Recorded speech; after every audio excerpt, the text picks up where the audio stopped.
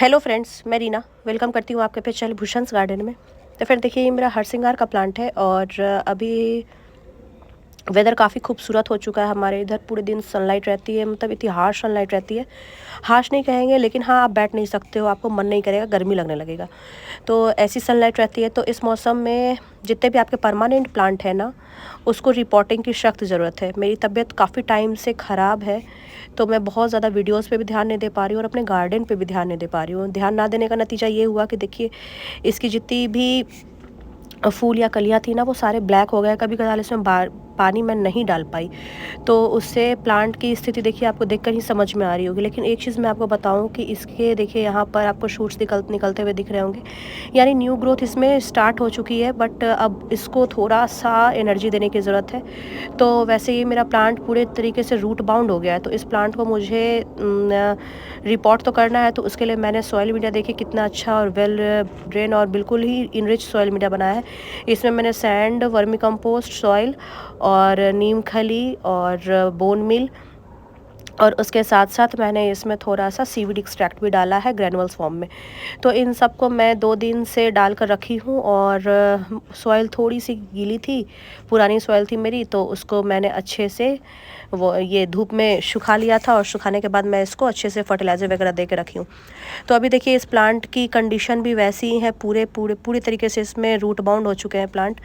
तो इसको थोड़ा सा अभी तो एनर्जी देना ही है, एनर्जी देने के साथ साथ इसकी सॉइल को भी चेंज करना है। तो चलिए, मैं प्लांट को पॉट से निकालती हूँ, उसके बाद मैं आपको दिखाती हूँ उसकी कंडीशन कैसी है। वैसे देखिए, इस प्लांट को मैं 1.5-2 साल हो गए मुझे रिपोर्ट किए हुए, मैंने रिपोर्ट ही नहीं करा। और 12 इंच पॉट में लगा हुआ है, तो साइड से मैं थोड़ा सा प्रेस करती हूँ ताकि साइड की मिट्टी थोड़ा सा छोड़ दे, और उसके बाद आप उस प्लांट को आराम से ईजिली निकाल सकते हैं। पूरी की पूरी रूट बॉल आपकी ईजिली निकल जाएगी। रूट बॉल अगर आप चाहते हैं कि बहुत अच्छे से निकल जाए, तो उसके लिए आपको 1-2 दिन पहले से पानी देना छोड़ना होगा। आप पानी देना छोड़ेंगे, थोड़ी सी सॉइल ड्राई होगी, तो आप झटके से अगर खींचेंगे ना, तो देखिए कैसे तुरंत से निकल आई।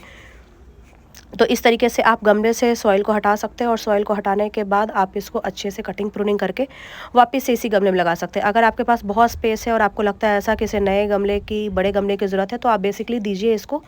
लेकिन बार बार हर एक प्लांट को बड़े गमले देना पॉसिबल नहीं होता है अगर आप टेरेस पे गार्डनिंग करते हैं तो इसलिए मैं इसकी रूट की थोड़ी प्रूनिंग करूँगी। रूट की प्रूनिंग आप 2 मौसम में कर सकते हैं, एक फरवरी मार्च में कर सकते हैं। जैसे मैं अभी बता रही हूँ आपको कि जनवरी का एंड चल रहा है, बट हमारे इधर का वेदर काफ़ी अच्छा है, तो मैं इस मौसम में इस चीज़ को कर रही हूँ।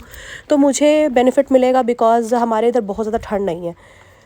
तो इस चीज़ को मैं इस मौसम में करूँ, और अभी से लेकर आप मार्च तक इस चीज़ को कर सकते हैं। मार्च में तो हमारे इधर बहुत ज़्यादा गर्मी हो जाती है।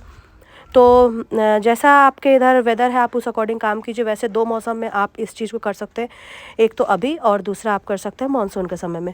तो फटाफट अपने सारे गार्डन के जितने भी प्लांट हैं उसको आप रिपोर्टिंग कर दीजिए, ताकि उसको नई सॉइल, नई पोषक तत्व के साथ जो सॉइल मिले, उससे वो काफ़ी अच्छी अपनी ग्रोथ को बढ़ा ले।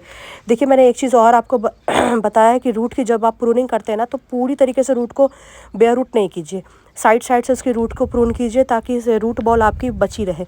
रूट बॉल अगर आपकी बची रहेगी, तो प्लांट को तुरंत से रीग्रोथ करने में बहुत ज़्यादा बेनिफिट मिलता है। पूरी की पूरी अगर आप सॉइल हटा देंगे, उसके बाद नई सॉइल डालेंगे, तो प्लांट की रूट ऑलरेडी डैमेज हो जाएंगी।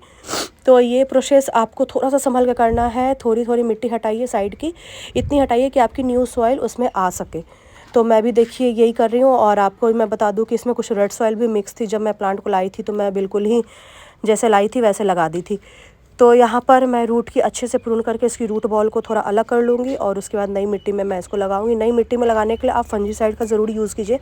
अपने मिट्टी में फंजीसाइड ज़रूर मिला के रखिए, ताकि प्लांट को तुरंत में फंगस ना लगे और रिपोर्टिंग शॉक भी ना लगे। रिपोर्टिंग शॉक ना लगे, इसके लिए मैं एक लास्ट में फर्टिलाइज़र आपको बताऊँगी जो मैंने अपने प्लांट में दिया है, तो वो मैं आपके साथ आगे डिस्कस करूँगी। फ़िलहाल मैं आपको बता दूँ कि मैं इस 12 इंच के पॉट में ही इस प्लांट को लगाऊंगी।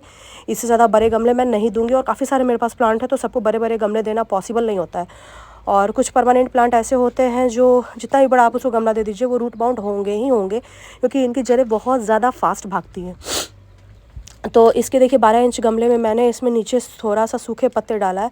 सूखे पत्ते मैं इसलिए डाल रही हूँ क्योंकि ड्राई लीव अभी इस मौसम में आपके भी टेरेस पे बहुत ज़्यादा निकल रहे होंगे, तो उन सबको बचा लीजिए, क्योंकि वो बहुत अच्छा एक पोषक तत्व होता है, और उससे फर्टिलाइज़र बहुत अच्छे से कंपोस्ट तैयार हो जाती है।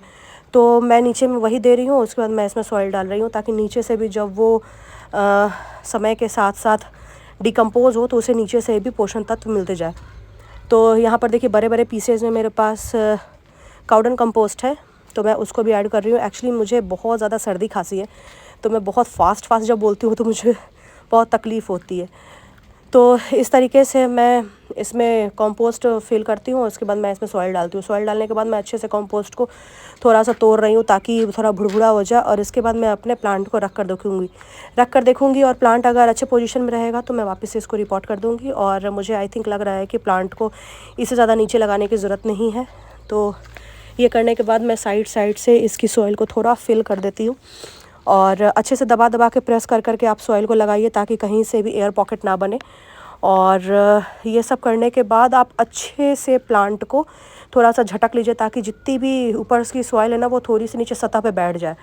तो थोड़ा सा अगर आप पॉट को पटकेंगे ना, मतलब ज़मीन पे रख के थोड़ा सा अगर आप उसको पटकेंगे तो वो उसकी सॉइल अच्छे से सेट हो जाएगी, तो आपको ज़्यादा दिक्कत नहीं होगी।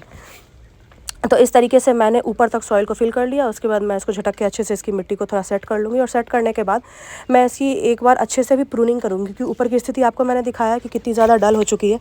तो ऊपर की स्थिति को ठीक करने के लिए एक बार प्रूनिंग तो बहुत ज़्यादा ज़रूरी है। और अभी सारे प्लांट में आपको कटिंग, प्रूनिंग, रिपोर्टिंग बहुत मस्ट है, क्योंकि ये सारे परमानेंट प्लांट हैं। अभी आने वाला मौसम इन्हीं लोगों का है, तो ये बहुत अच्छे से अभी अपनी ग्रोथ को बढ़ाएंगे, लेकिन उसके लिए आपको भी तैयार रहना होगा। तो ये देखिए ऊपर की जितनी भी ग्रोथ है ना, तो ऊपर की जितनी भी ग्रोथ है इसको मैं कट कर दूंगी। और लास्ट टाइम मैंने देखिए यहाँ से कट किया था, तो यहाँ से 2-3 ब्रांचेस निकली थी और सभी में मैंने कट लगाया था।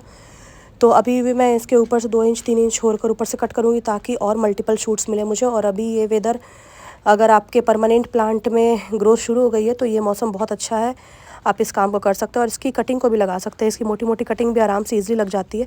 बट कटिंग वही लोग लगाते हैं जिनके पास बहुत ज़्यादा स्पेस हो। मेरे पास तो स्पेस की बहुत ज़्यादा कमी है, तो मैं बहुत ज़्यादा कटिंग नहीं लगाऊंगी।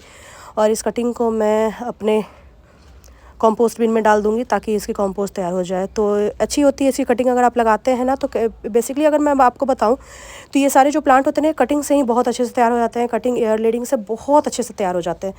तो आपको इसकी बीज वगैरह इकट्ठा करने की ज़रूरत नहीं होती है। तो इसकी कट पोर्शन पर मैं फंजीसाइड का पेस्ट लगा दूँगी ताकि वहाँ से कोई फंगस ना बढ़े।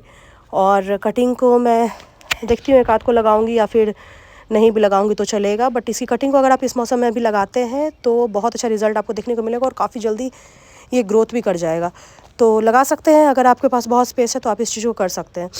तो इसको मैं फंजीसाइड का अभी लेप लगा दूंगी, और लेप लगाने के बाद मैं इसे डायरेक्ट सनलाइट में रखूँगी। डायरेक्ट सनलाइट में रखूँगी तो इसकी ग्रोथ बहुत ज़्यादा फास्ट निकल कर आएगी। और इसकी सॉइल में मैं अभी आफ्टर रिपोर्टिंग 1 चम्मच के अप्रॉक्स में एप्सम सॉल्ट पानी में घोलकर मिलाकर डाल दूंगी, ताकि इसको जो रिपोर्टिंग शॉक लगे ना, जैसे कि अभी इसकी मैंने रूट को कट किया तो इसकी रिपोर्टिंग शॉक से जल्दी ही बाहर निकल जाए। और यहाँ से देखिए मुझे मल्टीपल शूट्स मिलेंगे। मैं आपको एक चीज़ बता दूँ कि एप्सम सॉल्ट लगाए बिना आप इस प्लांट को मत छोड़िएगा, क्योंकि एप्सम सॉल्ट आपको इसके सॉइल में मिलाना ही है ताकि प्लांट की जो अभी जड़ें कटी है ना तो उसको बहुत ज़्यादा हार्म ना हो। और यहाँ पर देखिए वेदर काफ़ी ज़्यादा खूबसूरत, और जितने भी सारे प्लांट हैं ना सबकी अभी मुझे कटिंग प्रूनिंग करनी है। तो धीरे धीरे इन सब की वीडियोज़ आएगी, और कैसे सारी प्लांट की कंडीशन है वो भी मैं आपके साथ शेयर करूँगी। कुछ अडेनियम की भी रिपोर्टिंग करनी है, तो मैं देखती हूँ जैसी मेरी तबीयत है वैसे मैं धीरे धीरे अपने कामों को करूँगी। और यहाँ पर देखिए मैरीगोल्ड के प्लांट कितने खूबसूरत से और बंचेज़ में खिल रहे हैं।